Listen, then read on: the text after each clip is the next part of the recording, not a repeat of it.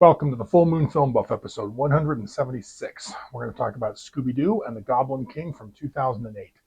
I rented this from Amazon Prime. I had not seen this before. This is the fourth Scooby-Doo movie that we've covered. I think we're going to get one more film in the franchise before we're done.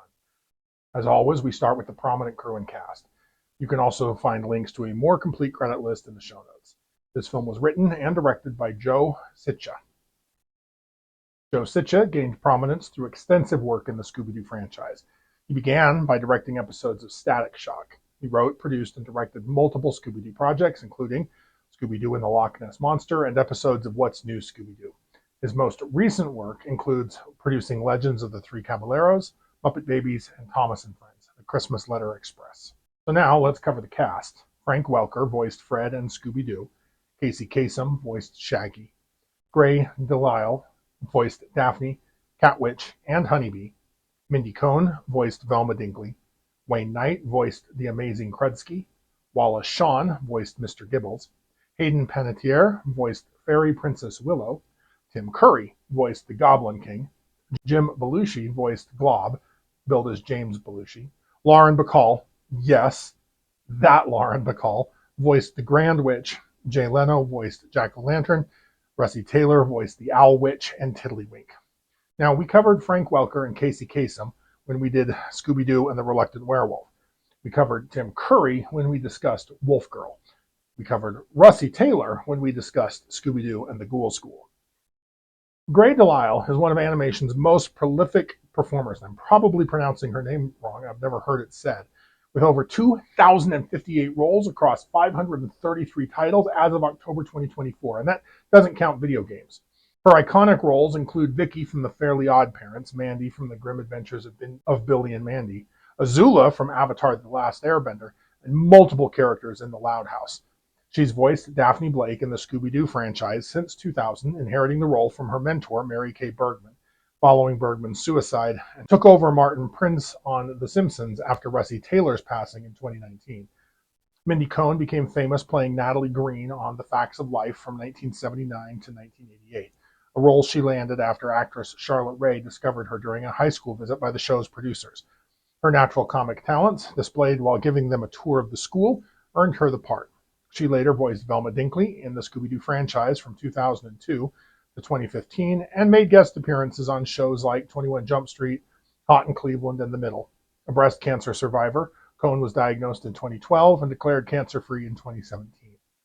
Wayne Knight became a TV legend playing Newman, the antagonistic mailman on Seinfeld from 1992 to 1998, appearing in 48 episodes.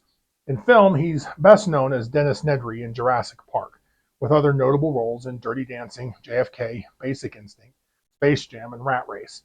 Beyond Seinfeld, he had recurring roles on Third Rock from the Sun and Hot in Cleveland, and voiced characters including Tantor in Tarzan and Al McWiggin in Toy Story 2.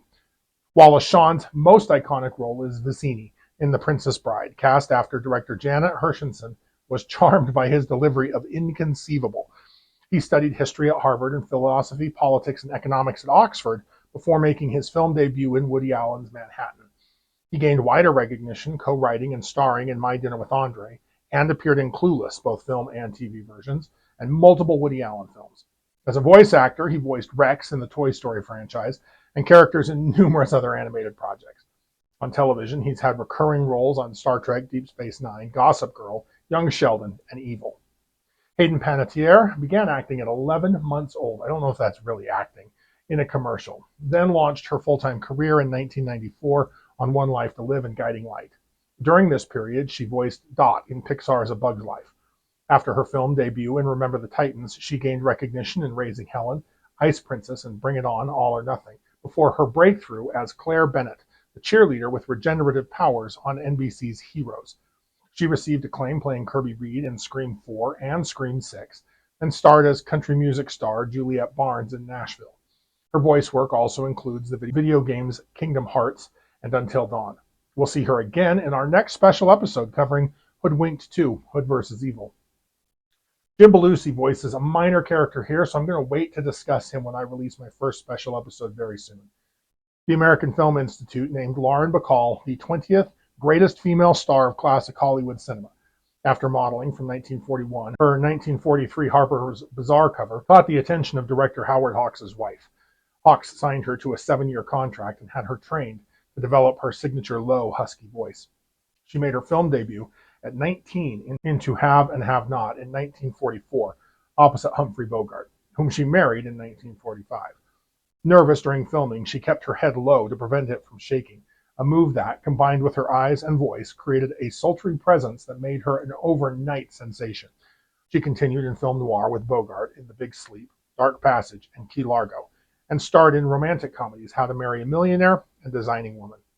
After Bogart's death from throat cancer in 1957, Bacall won 2 Tony Awards for Best Actress in a Musical for Applause and Woman of the Year. Her later films include Murder on the Orient Express, The Shootist, Misery, and My Fellow Americans. She received her first Oscar nomination for The Mirror Has Two Faces in 1997 and an Academy Honorary Award in 2009 in recognition of her contribution to the golden age of motion pictures. Bacall wrote 3 autobiographies, By Myself, which won a National Book Award, Now, and By Myself and Then Some. Jay Leno began performing stand-up in local nightclubs during college before moving to LA, where he appeared on Good Times. He made his first appearance on The Tonight Show, starring Johnny Carson, on March 2, 1977, and became a regular substitute host in 1986. Leno replaced Carson as the host of The Tonight Show in 1992, hosting until September 2009 when Conan O'Brien took over and Leno started The Jay Leno Show. He returned to The Tonight Show on March 1, 2010, hosting his final episode on February 6, 2014. That year, he was inducted into the Television Hall of Fame. Throughout his career, Leno maintained an almost inconceivable touring schedule, averaging 200 stand-up performances annually. From 2014 to 2022, he hosted Jay Leno's Garage, a show about cars and motorcycles, and from 2021 to 2023, hosted the revival of You Bet Your Life. He received a star on the Hollywood Walk of Fame in 2000 and the Kennedy Center Mark Twain Prize for American Humor in 2014. I am giving this one a recommendation, especially if you're a fan of the late 80s Scooby trilogy, Boo Brothers, Ghoul School, and Reluctant Werewolf, or the supernatural era that began with Zombie Island.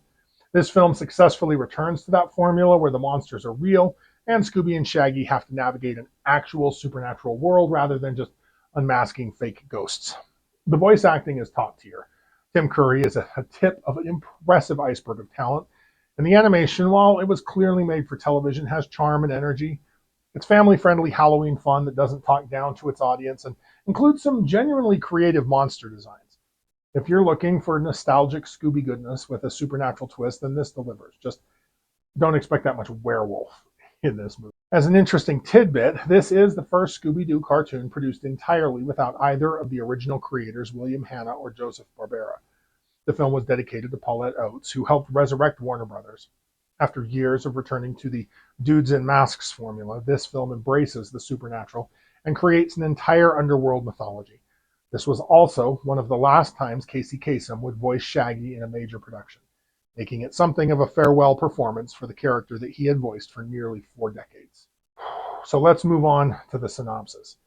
The story begins at the annual Coolsville Halloween Carnival. Shaggy loves Halloween because it's the one night he knows that every monster is just a human in costume. Oh, and people hand out free candy. He likes that too. The gang ruins the amazing Krudsky's magic act by exposing his tricks, which seems kind of mean. Desperate to be a real magician, Krudsky steals magic from the fairy princess Willow when she gets cocky and gives himself genuine supernatural powers. Shaggy and Scooby end up at a creepy gothic mansion while trick-or-treating. Luckily, Mr. Gibbles is a nice old man and an actual wizard. Willow arrives to warn Gibbles, but Krudsky shows up almost immediately, recapturing Willow, turning Gibbles into a white rabbit, and stealing some magic items. Gibbles uses a crystal ball to show Shaggy and Scooby what will happen if Krudsky gets his hands on the Goblin scepter of the Goblin King. This artifact would give him dominion over both the mortal and magical worlds. Krudsky will turn Fred into a vampire, Daphne into a witch, and Velma into a werewolf. Gibbles gives the pair a deck of magic cards that disguises them as 2 very interesting creatures. They catch a skeletal steam train to Halloween Land. Gibbles warns them to be back by midnight, or they will be stuck forever. The first monster they run into is a very impressive werewolf. After tricking him into thinking that they are a werewolf too, he lets them into the speakeasy under the cemetery It's filled with terrifying monsters. Monsters who all flee in terror themselves when Shaggy mentions the Goblin King. Jack-o'-lantern helps the pair escape some goblin guards in exchange for helping him avoid becoming the head of the Headless Horseman. The magic cards are of no help, but the trio manage to escape anyway. Jack hands the pair off to three witches who are willing to help Scooby and Shaggy if they will take their magic broom out for some exercise. Back in the real world, Fred, Daphne, and Velma spy on Krudsky, making contact with the Goblin King himself. Krudsky offers to trade Willow for the Goblin Scepter at midnight. Velma's rational brain short circuits, and she passes out. Fred and Daphne head off to try and stop Krudsky in the mortal realm. Now, Goblin guards shoot the Flyboys off their broom. They crash land in the Fairy Kingdom. The fairies lead the pair to the secret entrance to the Goblin King's castle. The boys use witch potions to disguise themselves as very, very disturbing versions of Daphne and Velma to get into the Goblin rave party. At 1 minute before midnight, Scooby snatches the scepter and the pair make a break for it. But they fail to escape and are captured and sent off to Goblin jail. The fairies end up freeing them. The Goblin King unleashes his goblins on the world and then heads off to the hostage trade. Fred and Daphne fail to capture Krudsky with their trap, but they do ensnare the Goblin King. Fred manages to rescue Willow, but Krudsky gets his hands on the scepter. Krudsky turns the monster machine into an actual monster, which Fred takes surprisingly personal. Krudsky uses his new powers to turn Velma into a werewolf, Daphne into a witch, and Fred into a vampire as promised. For about 2 seconds, Shaggy and Scooby show up and snatch the scepter. Scooby turns into the Goblin King and uses the power to undo all the evil magic. The real Goblin King arrives to reclaim what is rightfully his, including his daughter, Fairy Princess Willow. He takes Krudsky and all other goblins and magic creatures back to the underworld, and everything is set back to normal. Only Shaggy and Scooby retain memories of this night. As much fun as the film is, it's not a werewolf movie. I mean, sure, there are werewolves in it, but none of them are the thematic heart of the film. The movie isn't about anyone being a werewolf. Like most animated werewolves, the transformations are quick, nearly instantaneous, in fact. Velma certainly is an impressive werewolf, and I wish we actually got to see her operate instead of just howling at the sky. The bouncer werewolf at the Supernatural Speakeasy was likewise a cool look. These two werewolf designs stay true to classic Universal monster aesthetics while being filtered through Scooby-Doo's family-friendly lens. They're scary enough to maintain tension, but not so frightening as to traumatize young viewers. But again, we get so little of them. It is fun to watch Shaggy and Scooby cooperate to impersonate a werewolf, but it was just Scooby wearing Shaggy's shirt. Nothing spectacular. Because this isn't primarily a werewolf film, it doesn't spend, well, any time on the lore. Velma is transformed into a werewolf as a curse, but doesn't stay a werewolf long enough for us to learn anything about this movie's take on lycanthropy. We don't know what would have triggered her transformations, whether she had any supernatural weaknesses, and how much control Velma would have in her wolf-woman form. The bouncer werewolf can speak in his hybrid form and isn't an uncontrollable killing machine. I would assume both lycanthropy stick fairly close to the core cinematic werewolf lore, but we just don't know. So, if you like lycanthropes, like, share, and subscribe. Contribute your thoughts and additional observations in the comments below. Let me know what I missed or what you noticed. Next, I plan to discuss Ski Wolf from 2008. Keep your eye on the moon, a silver bullet in the chamber, and we'll see you back here next episode.